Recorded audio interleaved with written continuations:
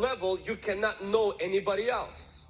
Your sexuality is so sacred, it's so protected, it's supposed to be so good and so shielded and sheltered from the world and everybody else. And that part is what the devil is after.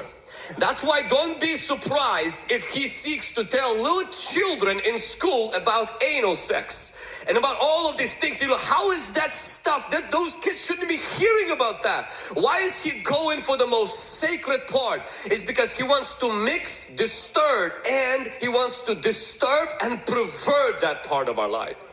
Israel was constantly being combated with these gods of the nations, these idols. One of the big bad boys that constantly Israel was tempted in worshiping was Baal. Baal was the god who constantly wanted to take the place of God of Israel. But Baal had a wife. Baal's wife was Ishtar.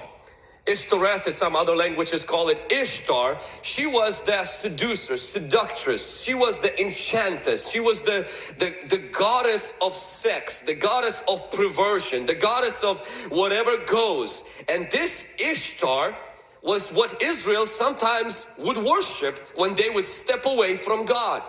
Now Ishtar and Baal had one more god, and that god that Israel even worshipped, it was Molech. Now Molech was the craziest out of the three, because Molech demanded human sacrifice.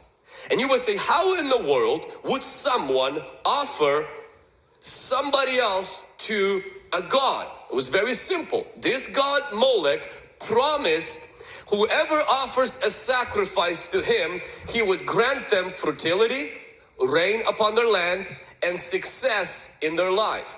So people would literally take their children and offer it to a demon idol of Molech, believing he will give them rain and believing he will give them success in life.